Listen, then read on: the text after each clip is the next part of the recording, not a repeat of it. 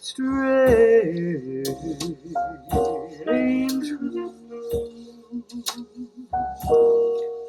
locked and struck and pounded down. Any fruit will bruise when pinned by blue knee.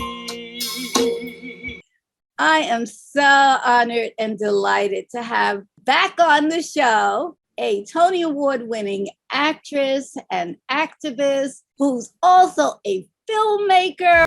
We welcome TONYA Pinkins back inside New York. And she's in Panama of all things. I mean, my goodness, how amazing is that? But I brought you in here not to just talk about activism, although this play, I think, touches, and I'm calling it a play because it's not really a musical, but it is a choreo poem. Choreo poem, yes. Is the absolute description of what it is.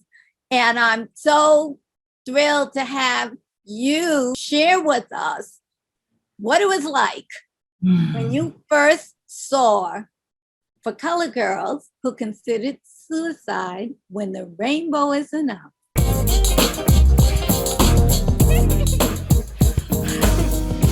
It was graduation night, and I was the only virgin in the crowd.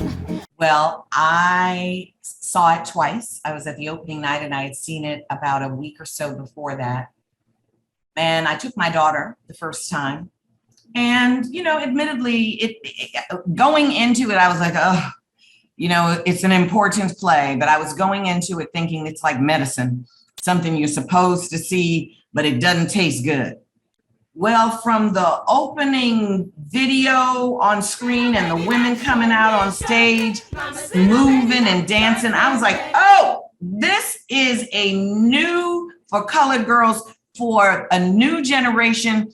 And for me, it's like, this is the For Colored Girls that we always should have had. There is not 1 ounce of self-pity, guilt on this stage. It is joyful. It is uplifting. It is empowering. You will laugh. You will cry. You will be shaking your hands and your head to the beat. You'll be like, yes, and like going to church.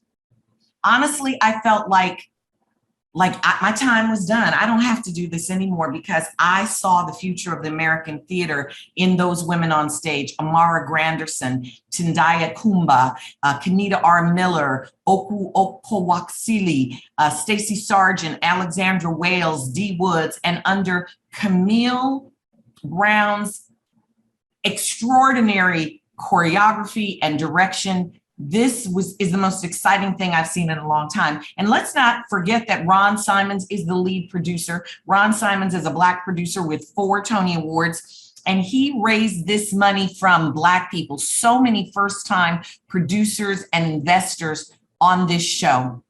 So this is something we have got to get out and support. It's scheduled to close like 3 months early.